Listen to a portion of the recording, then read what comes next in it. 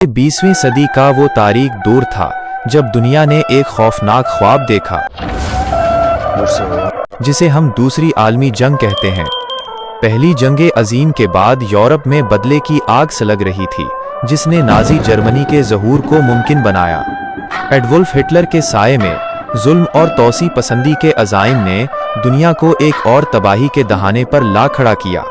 सितंबर 1939 में जर्मनी ने पोलैंड पर हमला किया और बिजली की सी तेजी से ब्लिट्ज़क्रीग का आगाज करते हुए जंग की शमा रोशन कर दी। ये सिर्फ फौजों की लड़ाई नहीं थी, ये आज़ादी और आमरीत के दरमियान एक नज़रियाती महाज था।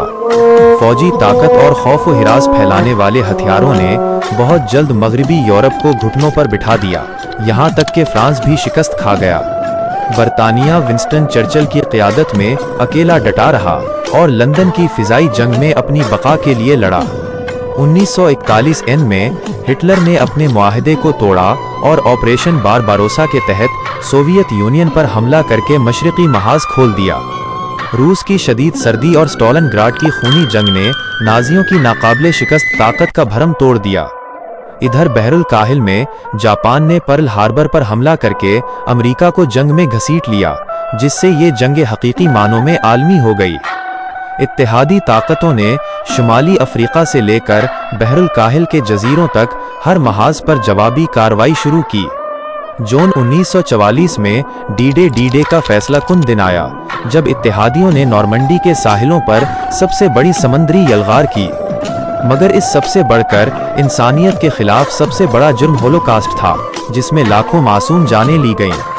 इस जुल्म की कहानी इंसानी तारीख का वो स्याह बाब है जो कभी भुलाया नहीं जा सकता। बर्लिन की तरफ इत्तेहादियों की पेशकदमी के साथ हिटलर की सल्तनत का सूरज गुरूब होने लगा और मई 1945 में जर्मनी ने हथियार डाल दिए। लेकिन जंग अभी ख़त्म नहीं हुई थी। जापान बहरुल काहिल में डटा हुआ था। इस वक्त एक नए हथियार ने दुनिया की तकदीर बदल दी। हिरोशिमा और नागासाकी पर गिराए गए एटम बम ने जंग को एक होलनाक अंजाम तक पहुंचा दिया और जापान ने हथियार डाल दिए। ये जंग 17 मिलियन से ज़्यादा जानें निगल गई, शहर खंडरात में बदल गए और एक नए आलमी निज़ाम की बुनियाद रखी गई।